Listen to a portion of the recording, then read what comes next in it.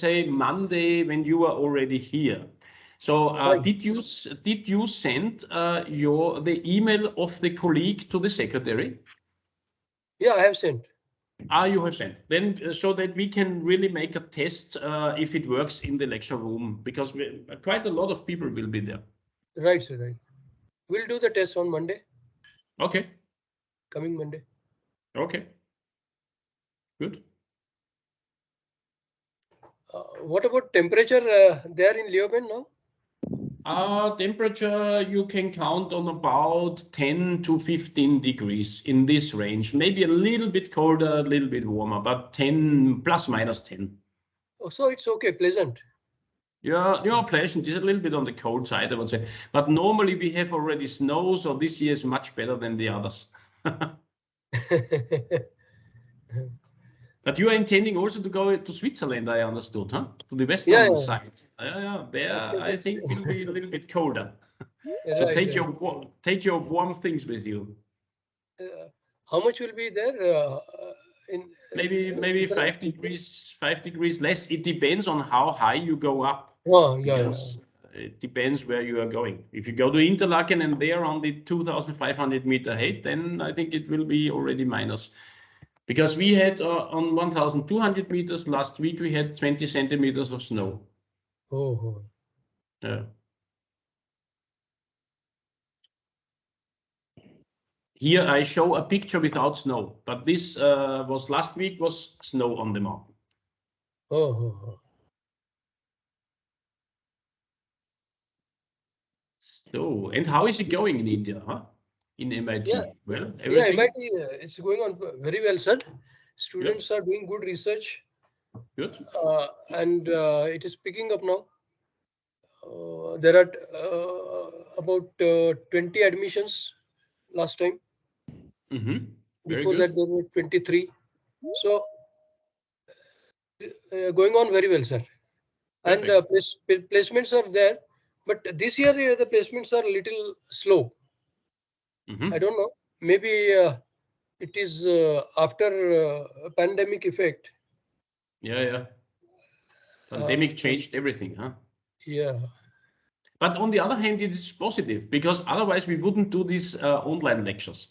So the positive effect of pandemic is that we fully develop these online lectures. Right. That is a outcome of good outcome of this. Yes, absolutely. Even people started working from home. Work from home culture started from that only. Yeah, right. Otherwise, the boss or superior people, I mean, they were not believing their colleagues whether they will do work at home or not. Yeah. But To be now it is. frank, our efficiency is quite well by working at home, sir. Yeah, I think so. Yeah, I think so. You don't lose time in the traffic jam. Yeah. Yeah. Yeah, for sure. How many participants do you have in your ITA young members group, by the way? For young members, currently we have around 200 members in our young Oh, members group. But we have around 550 members in our TAI group. That is our parent organization. mhm. Because in Austria, I think the young members have about 30. Yeah. We have quite a large number of people over here. So we are developing our interest in tunneling field as well via this webinars and everything. Yeah. How often do you do these webinars? I'm like we mostly arrange one webinar a month for an expert, and if Okay. possible, we also try arranging a national level webinar as well, like Indian projects and Indian design, how the design has been done in the Indian environments and all. Okay. So up till now, we have conducted many webinars. Uh, and yeah, in future also we'll be in contact with you. Welcome.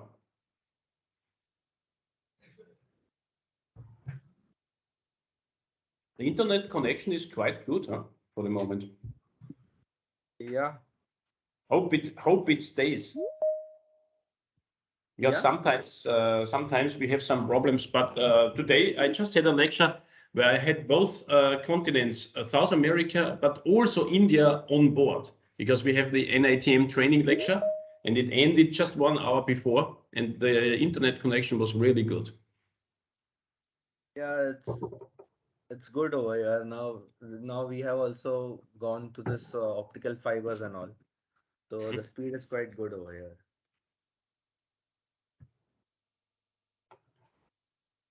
We'll wait for 5 minutes, Professor Yeah. Galen, Yeah. because this time is mostly like people are have reached home and all. That's why we have kept around 7:30. Yeah. Yeah. So we'll just wait up till 9:40 and then we'll start the webinar.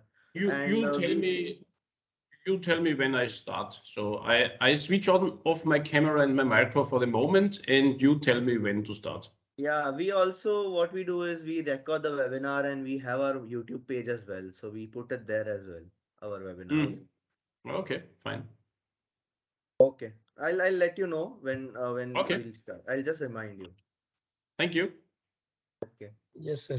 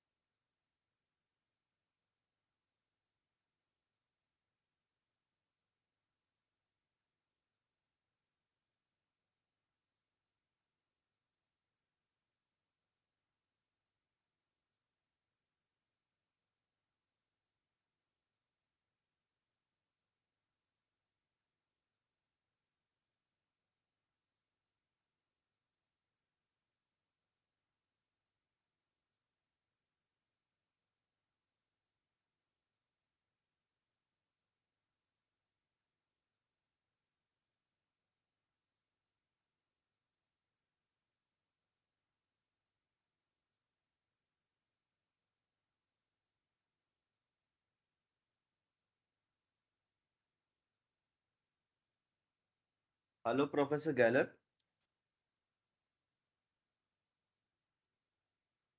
Yes. We'll start a webinar now. Just let Okay. me make a quick introduction. People will join eventually. I'll just make a quick introduction. So Good. today we have Professor Robert Geller with us. He has completed his HTL in civil engineering, after which he pursued PhD in mining and tunneling at Montan University, Leuven, specializing in geomechanics, tunnel construction, and structural civil engineering. Professor Galler held leading position in numerous projects. Professor Galler also served as the project manager for one of the design consortium for burner-based tunnel project. Professor Galler has been a board member of Austrian Society of Geomechanics since 2000 and has been a professor of subsurface engineering at Montan University since November 2006. In September 2013, Professor Galler was elected as the ITA CET chairperson. Since 2015, he has been the department head of ZaB, a unique underground research and development center, as well as training and education center, and also serves as department head for mineral resource engineering since July 2016. We welcome you, Dr. Geller, on our platform, and it's an honor to have you on our platform, sir. You may now start your presentation. Dear colleagues, it's a great pleasure for me to be with you and to be able to tell you something about the underground research which we are doing, and this time focusing on a one-to-one scale underground research center, which we call ZaB, which is the meaning is a center within a mining area. And you see the mining area here on my first slide where we are. We are placed up here in the area where no mining is going on anymore. We are sitting in the, I would say, largest Middle European iron ore mine, which was producing iron ore from the underground until 1986. In 1986, they switched completely to open pit mining, what you see here on the slide, and we have a forecast to do that in that area the next 40 years. In the area where we are, where you see this white spot here, we have an iron ore content which is too little, so that mining for iron ore is not done, but it's either for us because there are so many underground galleries already existing when we started that it was a perfect center for us to start a one-to-one scale research in that area. Now, the sea level where we are is 1,100 meters. You see the portal areas from the railway tunnels here. I will then show you a good overview of all the center. Our intention at that time, when we started to create this underground center, was to make tests and education in the field of tunneling, in all fields of tunneling, I have to say, from the construction, starting before, of course, with the design, and then also the operation of tunnels. And as we have two major categories here, we subdivided the system in railway engineering and in motorway engineering, as they also have different cross sections. The reason why to start it was we are building about 200 kilometers of railway tunnels right now. This includes some longer tunnels, like the Semmering has 2 times 27 kilometers. The core arm has 2 times 33 kilometers, and the Brenner base tunnel has 3 times about 60 kilometers. So, and there are a lot of shorter tunnels in between. So the railway network is now really built up, and what was decided is that we are switching from double track tunnels to single track, but always build 2 tubes for safety reasons. And that was a kind of engine to produce this underground research center in that time frame. Now let's have a bird's view to give you a little bit more of overview where we are. These are here the railway tunnels. And by starting the project, we used a small gallery from the mining, which is going through all the mountain here, which has a length of 1.4 kilometers. Had the good opportunity that we don't need any ventilation, we don't need any pumps for that, because the old miners had foreseen that there is an inclination on this gallery, so that we don't have to pump something, and we have fresh air all the time, because the levels of the portals are situated on different sea levels.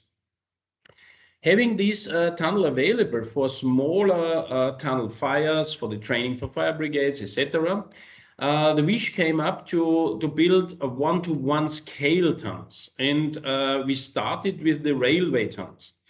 And by doing so, we decided to, let's say, bring all the equipment of a railway tunnel into the right-hand side tunnel, which is our so-called eastern tunnel profile. And we built this tunnel as is foreseen by the standards. So this means we have a double shell, we have an outer shotcrete shell, we have an inner cast in place concrete shell, and all the equipment which is in a railway tunnel. On the other side, the left-hand side tunnel, the so-called western tube, has no inner lining, because we had a research project from 2008 to 2016 where we figured out that there is absolutely or almost no degradation of the shotcrete linings in tunnels which are 30 to 40 years old. And what we wanted to see is if it is possible to build that tunnel with single line, so just with a temporary lining, and now watch on the degradation of the bolts, of the shotcrete, take samples on a yearly basis, so to really get an impression what is the degradation if we would do that in a single lined structure. This, of course, has a really output then, because if we would be able to, let's say, develop a little bit more on the shotcrete material and being able to build that just single lined, then this would mean less excavation. Less excavation automatically means less landfill, where we bring this excavation to, and at the same time means less construction material used, has an outcome to less wire mesh, less arches, less bolts, less shotcrete. So this has, of course, a tremendous result if we could once decide to build it single lined instead of the double lining what we do. In the double-lined solution, we tried to make it without any reinforcement in the inner lining to see if the cracks occur, or if not, then we have time enough now to observe what is going on over the time. Then what we have decided here is we wanted to connect the new tunnel structures with the mining galleries. That's what we did here. We decided to make a cross passage cross section. So what is normally used between two tubes, and we sorted out a distance between the tubes, which is quite normal, which is 30 meters between the tubes. So that we have a complete realistic cross passage in here, fully equipped with communication systems, with ventilation, with light, everything what has to be brought into a real scale cross passage, so that we can also train people in how to behave if something happens in the railway tunnel. I will show you photos afterwards so that we can really invite also the population to train how to escape and what do you do in case of a technical problem in a railway tunnel. The left-hand side tunnel for the railways is very much used for full-scale fire tests and is therefore not equipped with a track so that we can easily run in with our fire brigades cars and so on. Then we go further on the other two tubes. You see here two motorway tubes, full scale.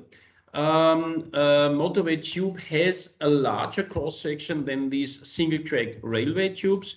Also here we decided to have a certain section, about 150 meters, fully equipped with all the equipment which you find in a modern motorway tunnel, where we can also reinstall always the newest systems which are coming up or which are developed. As it's also a developing center, we prepared that in a way so that you can always exchange and bring your newer models to test ventilation systems, to test all these, let's say, observation systems for communication, etc. in this section. And this section is, again, as you see the two lines, a double line system where we have everything built in so that we can also train the population in the question, what happens if you have an accident? How do you behave? What are the necessary steps to be done in case you come into an accident in a motorway tunnel? We then built a second tube, again single-lined, same motivation than we had here, but a little bit larger scale. And we also have a cross passage, which is this GQ1, which is again fully equipped so that we can really train with the fire brigades what happens in case of a fire. How do we really go into the tunnel? We can do that here in a driven way, because we have a cross passage down there where also fire brigade cars can go in, or in a smaller way that you can only walk through. Both cross passages are available in real scale. So we said it would be good to have the training opportunities for both situations available. In this motorway tunnel, we incorporated a so-called water mist system. So you produce a fog in case of a fire, and what we try to do is to do a fire distinguishing with the system in future. And then we set up a completely new training area so that our volunteers working at the fire brigade can be trained for full fires underground. This is driven by gas, so that we can switch off immediately the gas, which is coming from outside, from a building which is situated right here, so that if something goes wrong, we can switch off the fire from 1 second to the other, and we can switch off the smoke from 1 second to the other. You see a lot of other tunnel galleries there. These are smaller ones. Here in this section, we can do blasting tests so that we try to use new blasting materials and measure what are the vibrations caused on the neighboring underground sections. And then we have quite long, about a 500 meter long section without any support in, so that we can also make bolting trainings, shotgun trainings in that section. To give you a better overview, I thought it would be worth to make a 3D animation on that. Just try to do that. In this area, we have our offices, our lecture rooms, and then these are the railway tunnels. and these here are the motorway tunnels. The smaller lines here are the mining tunnels, which we got from the mining industry, so to say, where we are able to use them for any other purposes. The system is ready to be enlarged, and what we were asked is, could we also set up a subway station in that area? And the red drawing, what I'm showing here, is just a drawing, is just a design. A cost estimation was done for the colleagues from the subway, and the question is if we will build that, yes or no. For the moment, it's just a design, just for your info. Now to the cross sections again back. We said the one is double lined, as you can see here. You see it's a drain tunnel. We have the drainage pipes down there, the main collector here, also a dewatering system for the inner lining, and 3 research projects are running, focusing on this question of the problems of sintering in these drainage pipes. This is a very important and very interesting question. How can we avoid that these pipes here are blocked? Based on the geochemistry, this can happen, because if these pipes are blocked, or let's say are full with sinter, then we have the problem that the water table raises. And if the water table raises, then we get some pressure from the water onto our outer lining, inner lining, and then we would see cracks in the lining, what we have to avoid. And that's why we are focusing with one project, for example, on this, how to keep the pipes clean, or how to clean it from the very beginning. This is a very special topic. I just wanted to mention one research topic, because you don't see these pipes from when we are walking in the tunnel. I just wanted to say there are research projects going on this one. We did some research on the membrane, which is in between these 2 linings. I mentioned already degradation of materials is an interesting topic. And as I said, one of the tubes is fully equipped with the railway system. The other tube is, so to say, empty. We did not put the wagons into this tube, because we need this single track tube for intensively for fire tests. That's why we didn't put something into. I just wanted to give you an impression about the construction steps we did. Of course, we have so-called sealing membranes as used, and then the inner lining. The difference to many countries in the inner lining is that we are proposing to do that without any reinforcement, because we see, if we are using the right concrete quality, that it perfectly works. And you see on the right-hand side, we have this tunnel with the inner lining. On the left-hand side, we have the tunnel just with the shotcrete lining. And we'll see how the degradation is going on this and on this. When we build a tunnel like this, we of course try to bring our monitoring a step further. So before starting the tunneling works, we had set an inclinometer down there. This is also for bringing that features into the lectures for the students, and not only for the students, but also for the miners who want to be trained up on the most modern technologies which are used right now. Then, of course, we have several cross passages, and as you see, some colleagues from the fire brigade standing there. We have these tests with the fire brigades. In the eastern tube, we installed also this railway line. Then we fully equipped it. So we have already these electric, not cables anymore, but tracks. Then from AC electrics, then we have a ventilation unit in there, and we also have this handrail. The handrail is a tool which, in my opinion, raises up safety a lot, because if you have some lights anywhere here on this area where you are, let's say, outside of the 2.2 meters height, or you mount it even in the ceiling as we did it here in the crown, then this will be quite quick under smoke in case of a fire, and you will see nothing. So having developed this handrail, I think this is really a safety feature for the future. It has about 1 lux per meter, and you can tell your children, you can tell the old people, okay, never lose touching this handrail in case of any problems in the railway tunnel, and you will automatically be guided to the cross passage. And this is a feature I think this is worth to bring in all the tunnels, because I don't know if you have tried it once to be in a complete darkness situation, how fast you really lose your orientation. So I think this is a very important and very good feature. On the other side, I told you already that we have the motorway tunnels. Here we decided for 2 different types.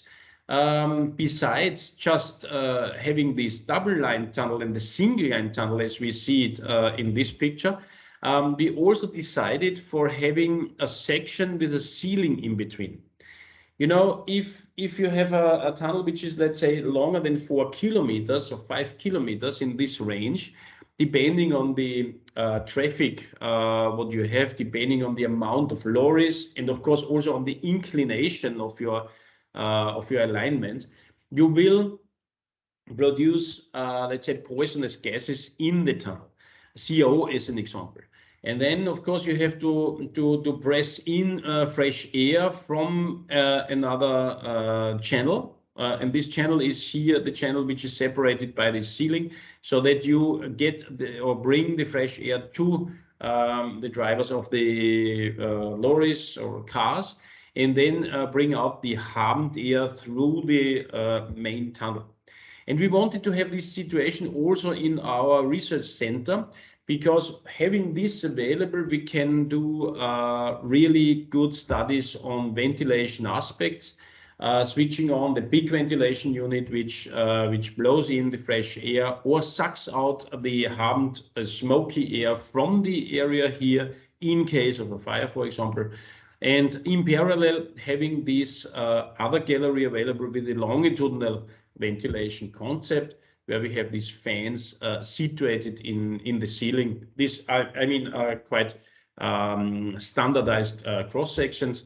And in this case, mentioned before, just watching degradation, and is it really possible to build tunnels in this thin lining structure on the long run? Life cycle, of course, is a topic. Having a view into this motorway tunnel, you see here the water mist system, with which we would like to keep the fire down in case something happens. Is a question of development. Should we place really these water mist systems in future in all our tunnels, so that we protect in case of a fire our shell? Is it possible to make fire distinguishing with the systems in future? These are the questions. Or are there some arguments which are also against it? I mean, there are some, but the question is, what are the pros and the cons of such a system? In the other section of this motorway tunnel, we built everything in what is in a modern motorway tunnel equipped. So we have these safety or the emergency cells, then we have the loudspeakers, we have all the measurement systems which are to be installed in a motorway tunnel. We also have these openings here for sucking out the smoke in case of smoke or fire. There are jalousies in which can be steered from a safety center.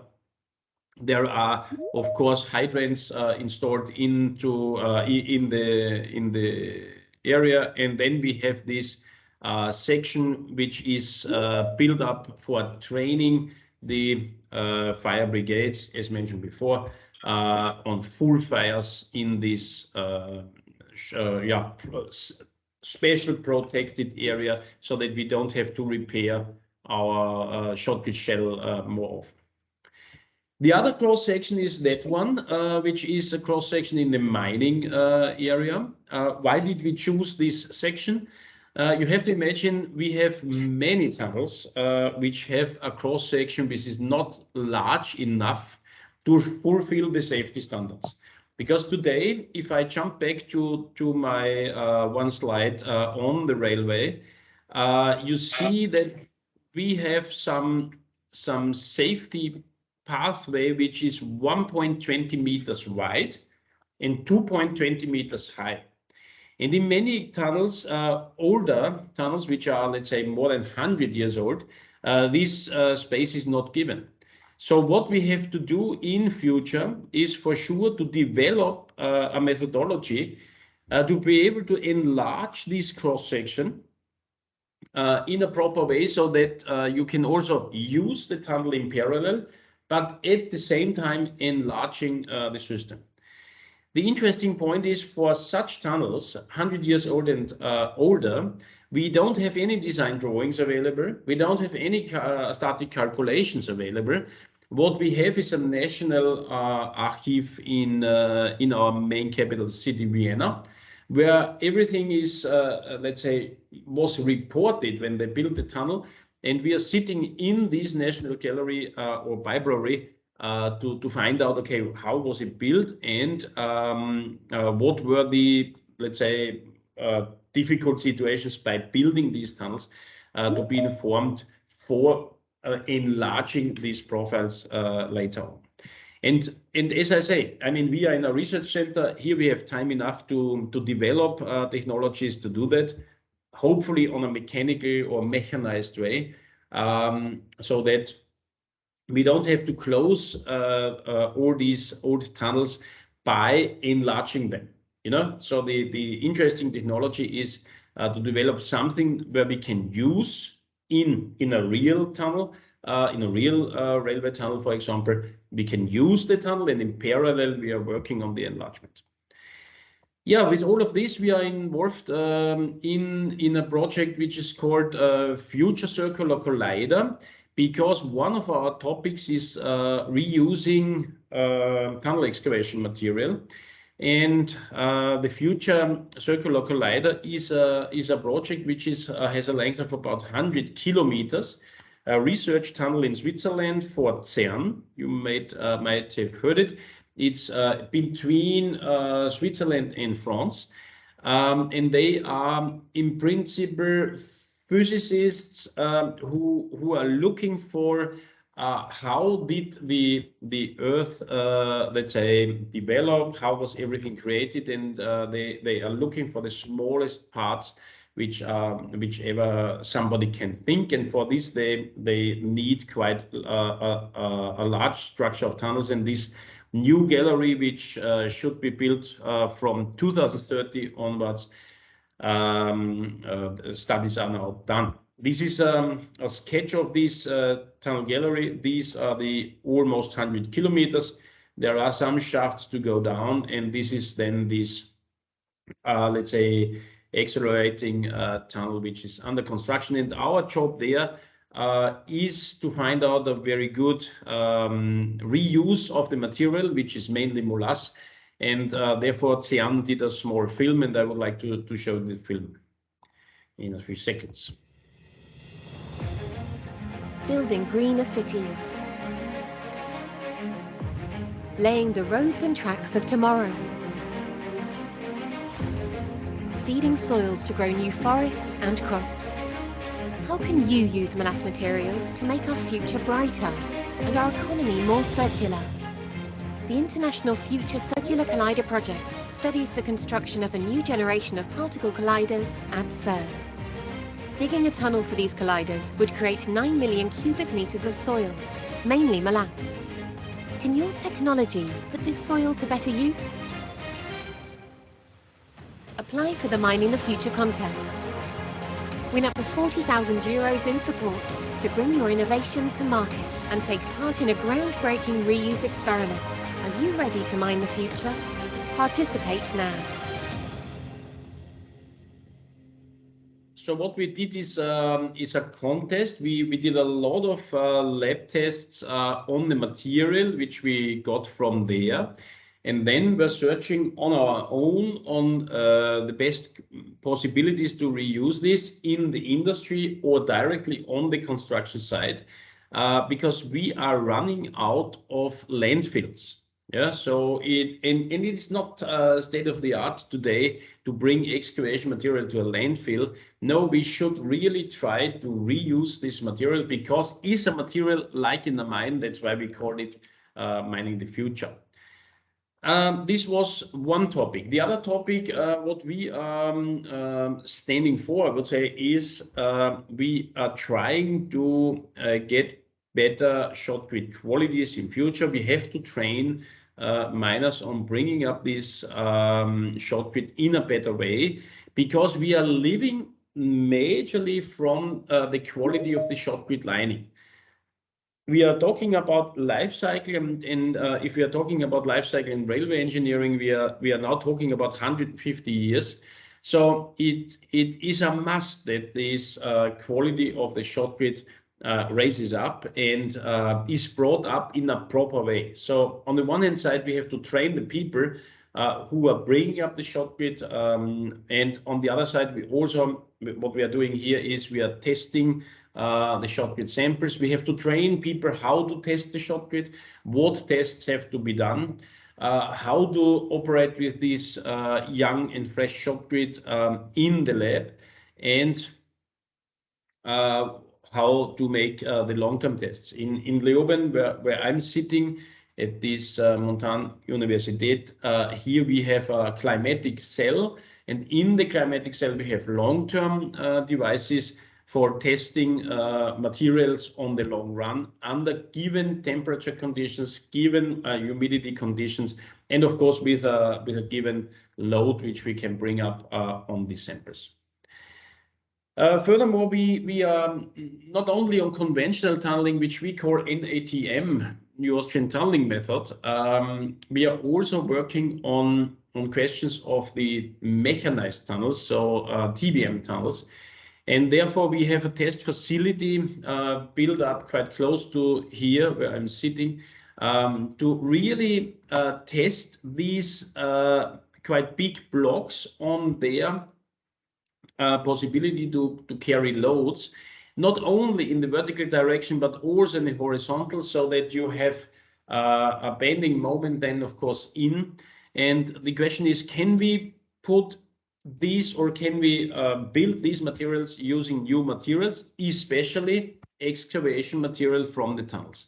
And that's what we try to do, and we are trying to use fibers from steel, fibers from plastic, macro fibers, plastic macro fibers, but of course also the polypropylene fibers for the fire is a topic.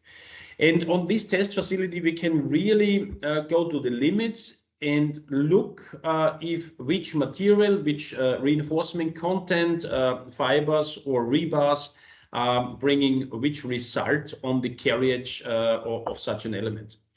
And these elements are then equipped with glass fibers, so that we can really see what is going on inside this element.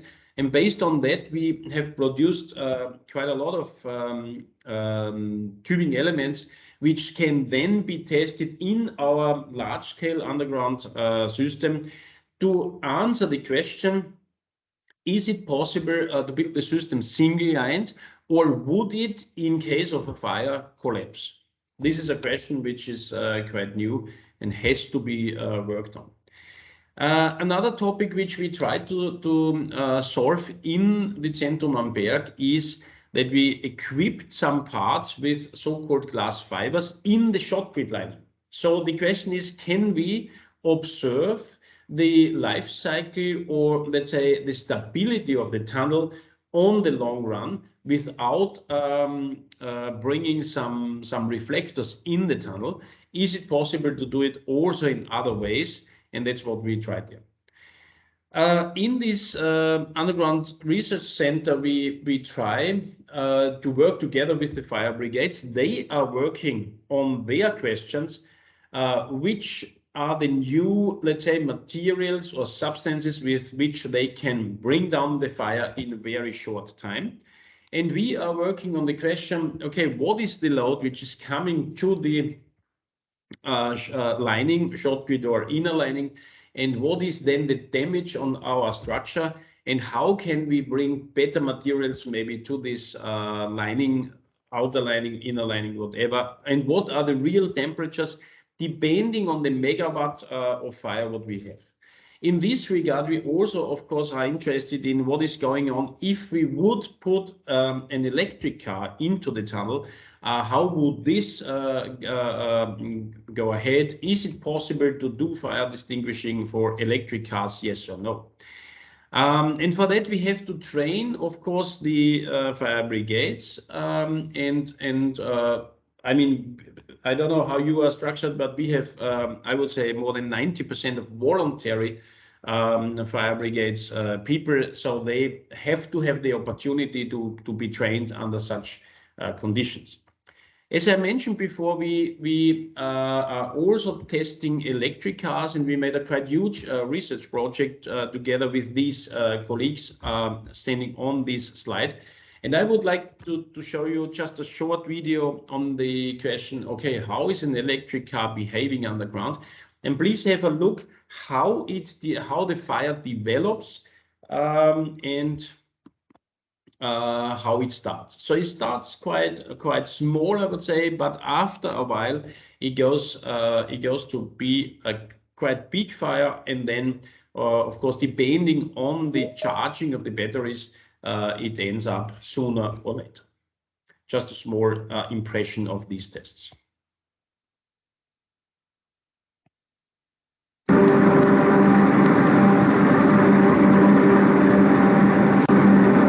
This is when it started.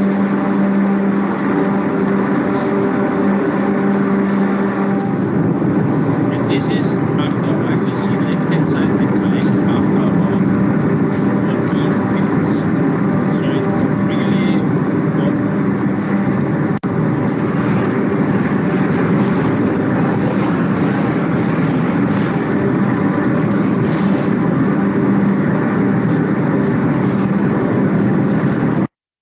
So this is just a small impression. The project was called Brava, and it's published here and there already, so that you can also see the details on the outcomes of these tests.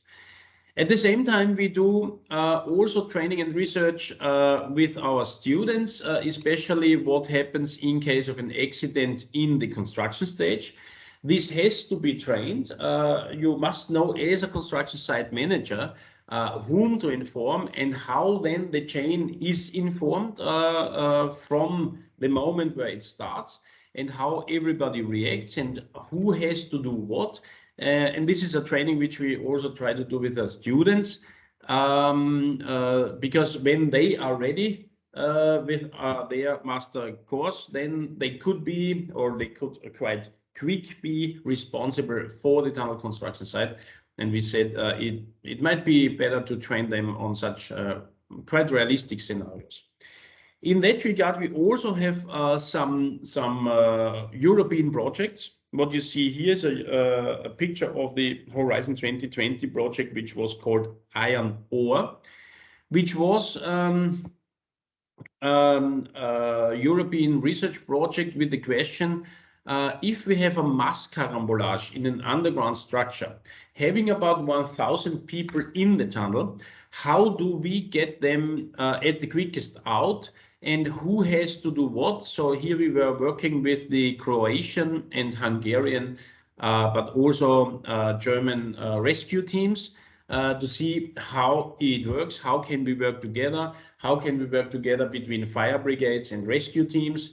It was a very interesting exercise, and we have the same exercise also, or had the same exercise also this year. Not only the underground miners for traffic tunnels are trained. What you see here is a Polish group. They had 4 people to rescue. This was an exercise. Of course, we placed 4 people in very different areas in the small scale galleries, and their job was to rescue them within a certain given time. and they had to manage this situation. Smoke in, and four different scenarios were trained at this point. In this regard, I wanted to show you a small video of what is under development right now. Maybe you saw this already. Is a machinery which is not driving on wheels, but is walking, because the situation in a tunnel is that in many cases, if you have an accident in there, you cannot really drive on wheels, because it's not possible, because there are cars which crashed and so on, so that you cannot bypass.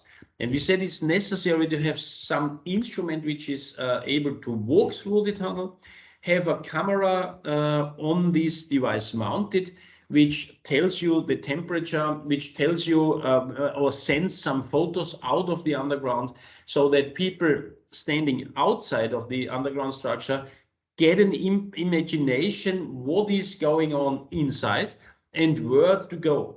And the short video just will show you that we placed a student in the underground structure, not knowing to anybody where he is. And we wanted to find the student by having a camera which was detecting different temperatures. Of course, the body of a human has about 36 to 37 degrees, which is a quite high difference to the temperature which is around in the tunnel. And the question was, are we able to detect the person? One we set in the tunnel, the other we set in a bus. Is it possible for the device to detect and then send the coordinates out to the office, so that these rescue teams are then able to get straight forward to the person which has to be rescued? And this is a short film just showing the technology.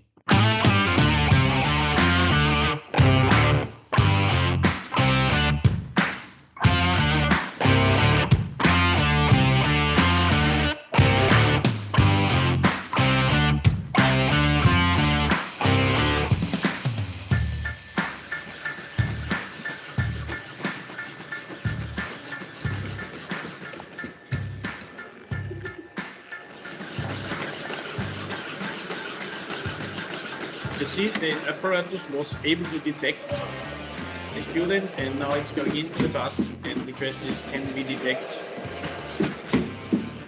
And it was possible.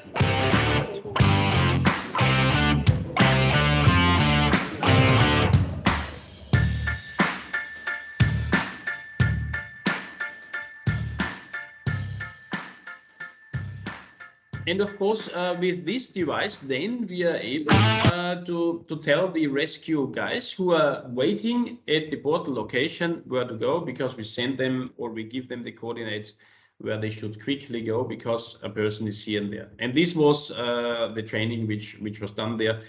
Development, I have to say, is not ready here and there, so we are fully working on these questions.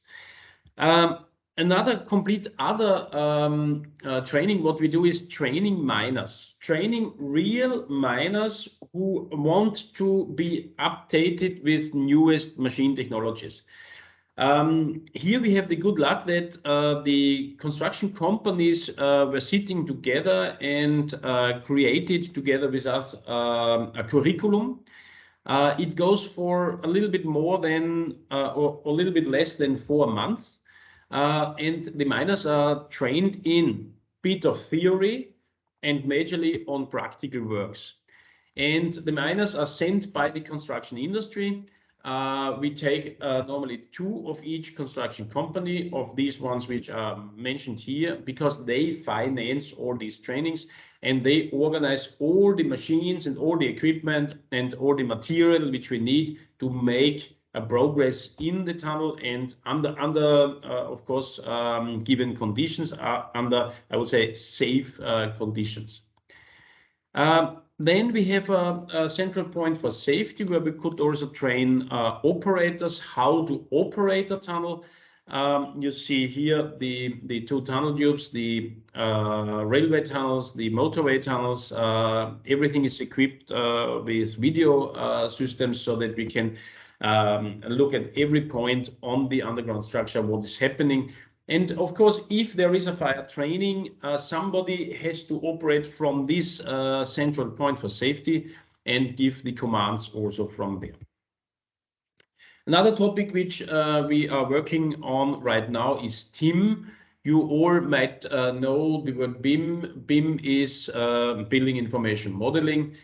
We call it TIM, Tunnel Information Modeling. And what we are doing here is that we are trying to bring this underground structure Zentrum am Berg to a real digital twin in all let's say levels, from geology, surveying, statics, then design, of course, and up to the operation of the tunnels. Everything should be digitized so that we have a digital twin fully operating.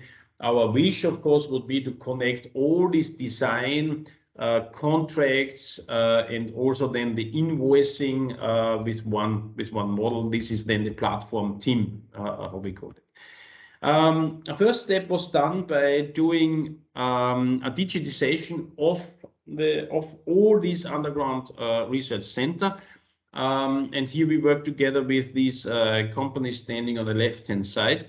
And they did a scan of the structure, and with this scan, I think one who was not here can very quickly get an impression how it looks like, and then try to make a video, run a video again. So this was a 1 week's job. They came here with their scanner, and they scanned all the system so that it was possible in 1 or 2 weeks' time to have a full 3D model, and a quite realistic one. I mean, it's not accurate on the millimeter, but it gives you, I think, a very good impression in 3D how the system is looking like, and this is a real good progress on the way of digitization of all these underground structures. I think this is a way for the future, because then we can work with the 3D models in our design stage already, walk through the tunnel as I do it like here. And I think this is a future. The 2D drawings, I think, slowly will run out in future and will be replaced by these quite realistic 3D scenarios. What else can be done or is done? Now we have this center where we can really play around with ventilation. I mentioned it at the beginning. So we can build up structures where we can mount all these, let's say, pressure cells, anemometers, so that we can really measure the pressure, the ventilation speed, gases, in a real scale tunnel. If we would like to do that in the realistic tunnels, we would have to close them for several weeks. And at least in our region, you cannot get a tunnel for several weeks, neither from the railway organizations nor from the motorway organizations, because they are full of traffic. So we are very happy now to be able to study really ventilation questions. So to extend the numerical simulations by real measurements and calibrate these simulations now by having these real measurements available, we can place lorries in, we can place cars in, so that we get the differences out of different ventilation scenarios, and then make the simulations based on that much better in future. This would be the wish. One last thing what I wanted to tell you is research on energy storage. Here, I mean, it's not a new idea. Was done in US already in 1958. Was also done in Germany some years later. Where the question is, can we today produce wind or solar energy and produce compressed air out of it by the production of compressed air, then we can store this compressed air in an underground facility. It produces heat. We store the heat down there, and in the evening, when the people are at home, we can then produce electricity and heat. During the day, most people are at work, so it is a pity that we are producing wind energy and solar energy, but nobody is at home.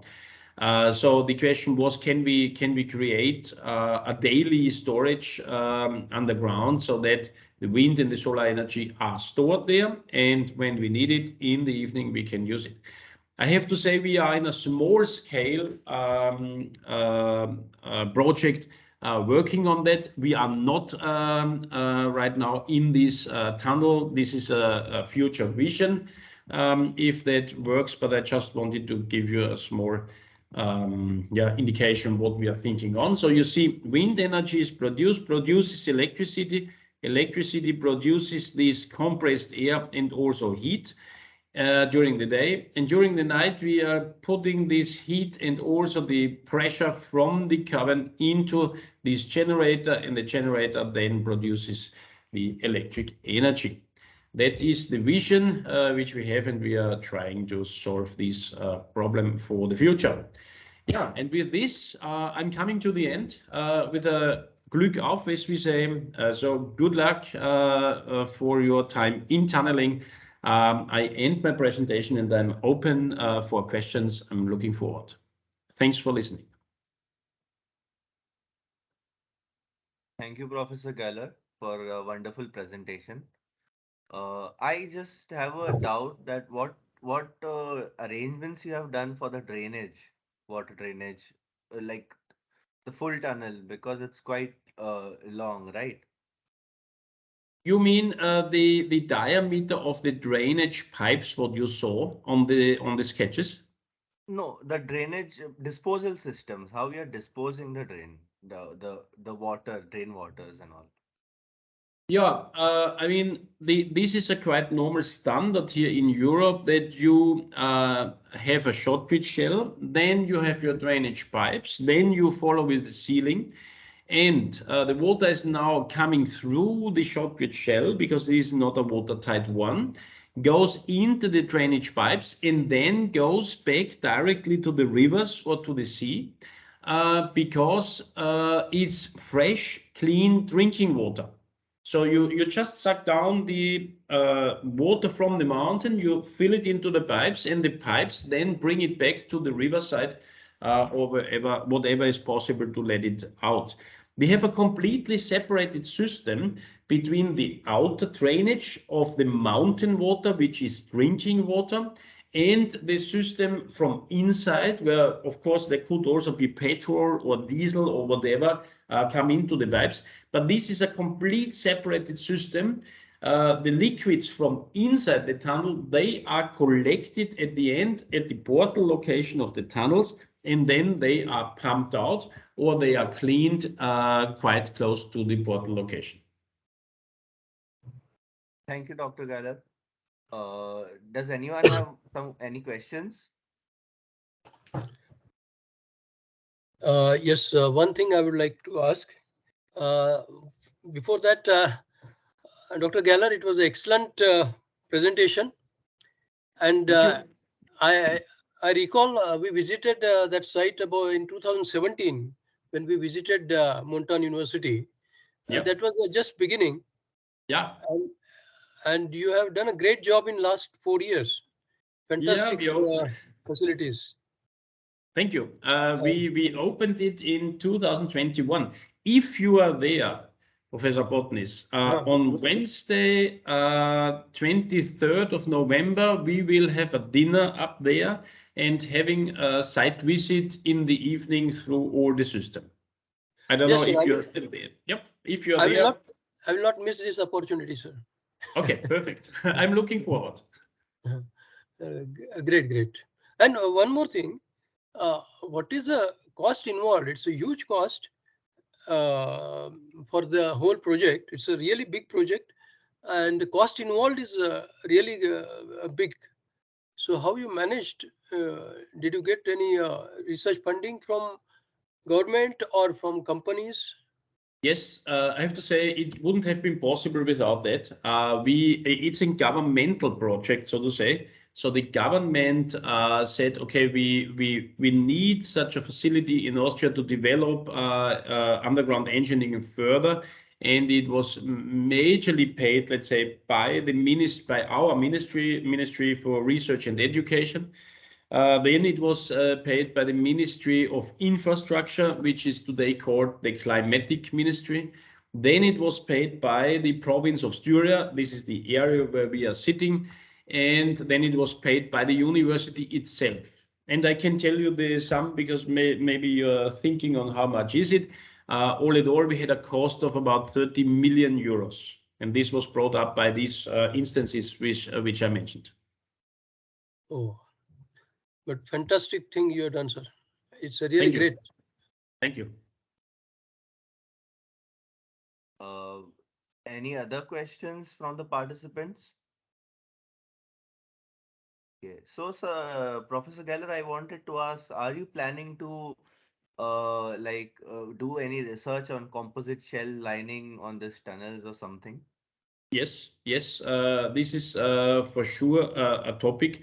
And as I mentioned, we are working on new materials. The question is, can we make the shotcrete better? Can we use, instead of the rebars, instead of the wire mesh, maybe fibers only? This is not allowed for the moment, but hopefully in future. And of course, we would like to make the shells thinner to get more sustainability, because most of CO2, and this is a topic at least here in Europe, is brought in by the cement. And the question is, can we maybe reduce a little bit the cement content, replace it by something else? So there are, I tell you, many questions along. We are, let's say, for the next 100 years, I would say we have a lot of questions to be solved. Yeah, thank you, Professor Geller. So I think I'm sure your presentation was quite informative, and thank you for your detailed information on your project. And I'm sure your practices at ZaB will be very helpful for everyone, and our student members have got a clear idea on the topic. And I would like to inform all the participants that we have the past webinars on our YouTube channel. Kindly visit it. And once again, thank you, Professor Geller, for sharing your experience. And thank you all for joining. Have a great weekend. Stay safe and happy tunneling. Thanks for invitation, and hope to see you in person soon. And maybe you have the opportunity to come over to visit. And I'm looking forward, especially Professor Botnis, whom I met here already and also in India. Have a great weekend. Thanks for the invitation, and see you here and there. Thank you, Yes, sir. sir. Thank you, sir.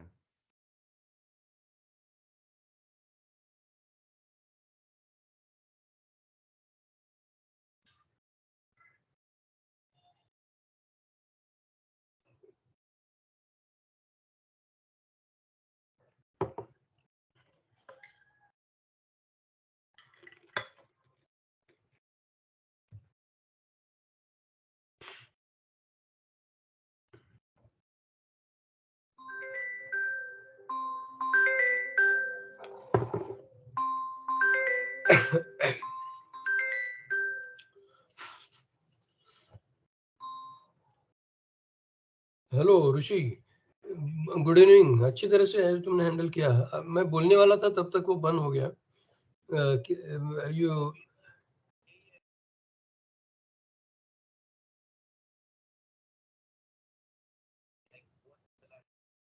हम्म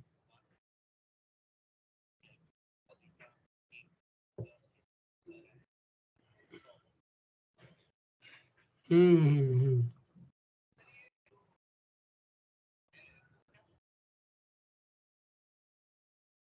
वहाँ एक conference है TBM digs करके। हाँ हाँ, वही है that. वो है 21st ऑनवर्ड्स। हाँ हाँ, नहीं, उसका प्रोजेक्ट का ये है, वहाँ एक ये है कि स्टूडेंट प्रोफेसर का भी एक ये है, मीट है, कॉन्फ्रेंस ही है उसमें। हाँ हाँ, राइट राइट। हम्म, या राइट राइट राइट, उसमें ही वो करने वाला है। या रियली गुड। हम्म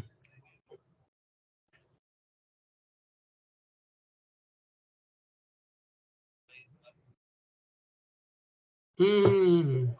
अभी क्या है वर्किंग आवर्स आपके?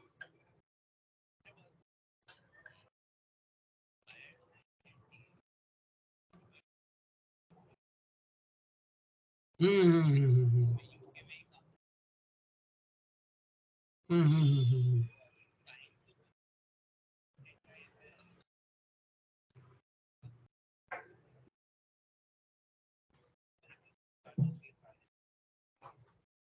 शाम को? हम्म। नहीं, अच्छा है, गुड गुड एक्सपोजर।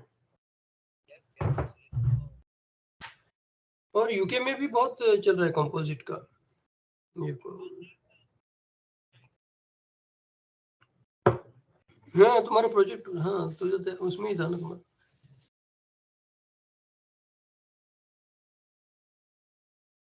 हम्म। हाँ हाँ, राइट राइट।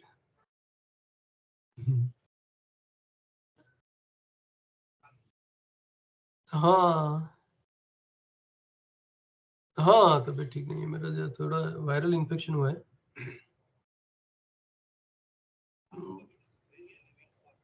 मैं 19th जा रहा हूँ, 18th नाइट। या अरे जरूर आना है, आना ही आना है। वो तो इट विल WTC आया, एक पेपर हो गया मेरा, सिलेक्ट हो गया है एथेंस में। हाँ, स्टूडेंट का साथ है।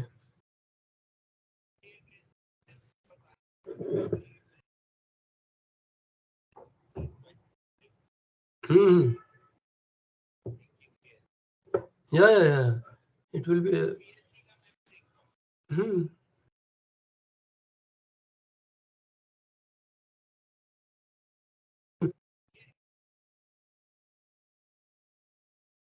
नहीं, मुझे मालूम नहीं कहाँ का है एंटी एथेंस, वो मुझे इनफैक्ट मालूम नहीं है मुझे। हाँ, उसका रैंकिंग वगैरह देख लो। हाँ हाँ। हम्म।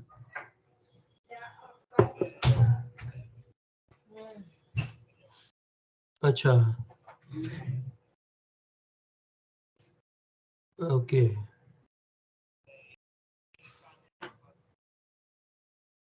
हाँ हाँ, नहीं, यू डू समथिंग, अभी तुम, यू मस्ट डू इनफैक्ट।